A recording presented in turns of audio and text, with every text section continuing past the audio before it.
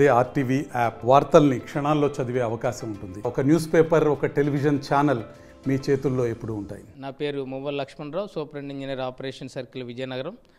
నేను ముఖ్యంగా విద్యుత్ వినియోగదారులకు విజ్ఞప్తి చేసుకున్నది ఏంటంటే, ఈ మధ్యకాలంలో విద్యుత్ బిల్లులు చెల్లింపు కార్యక్రమంలో భాగంగా ఫోన్పే కానీ, గూగుల్ పే కానీ, పేటిఎం కానీ ఇటువంటి ఏవైతే థర్డ్ పార్టీ యాప్స్ ఉన్నాయో వాటిని వినియోగించి బిల్లులు చెల్లించడానికి వీలు కలిగిన కారణంగా ఆర్బీఐ గైడ్లైన్స్ ప్రకారంగా ఈస్టర్న్ పవర్ డిస్ట్రిబ్యూషన్ కంపెనీ, మా యొక్క తూర్పు ప్రాంత విద్యుత్ పంపిణీ సంస్థ ఈస్టర్న్ పవర్ మొబైల్ యాప్ని ఇదివరకే 5 సంవత్సరాల క్రితమే దీన్ని తయారు చేయడం జరిగింది మొబైల్ అప్లికేషన్స్లో భాగంగా. అయితే ఇది కంపల్సరీగా ఇది మనం ఇప్పటివరకు వాడుతున్న వాళ్ళలో సుమారుగా ఇప్పటివరకే 1,00,000 వరకు డౌన్లోడ్ చేసుకుని దీన్ని వాడుతున్నారు.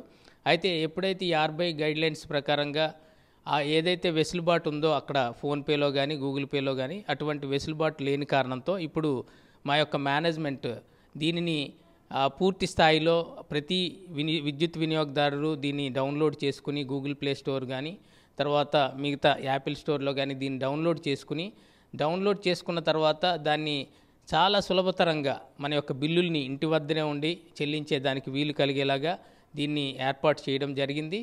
దీంట్లో ఏదైతే మీరు ఇదివరకు వాడుతున్న ఫోన్పే కానీ, గూగుల్ పే కానీ, లేకపోతే నెట్ బ్యాంకింగు, లేకపోతే క్రెడిట్ కార్డ్, డెబిట్ కార్డ్ అన్నీ ఈ థర్డ్ పార్టీ ఛానల్స్, పేమెంట్ గేట్వేలు అన్నీ కూడా మనకి పేమెంట్ చేసే క్రమంలో అవన్నీ ఓపెన్ అవుతాయి.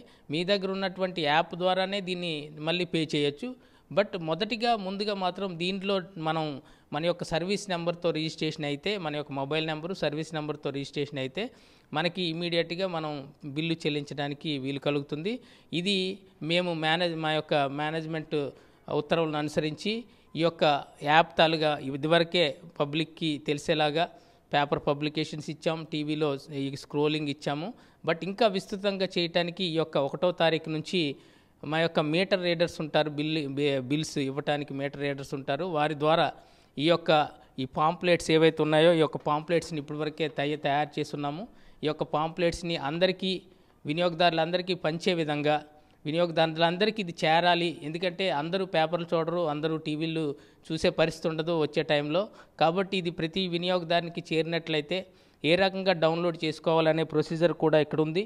ఆ డౌన్లోడ్ చేసుకున్న తర్వాత ఏ రకంగా పేమెంట్ చేయాలనే ప్రొసీజర్ కూడా ఉంది.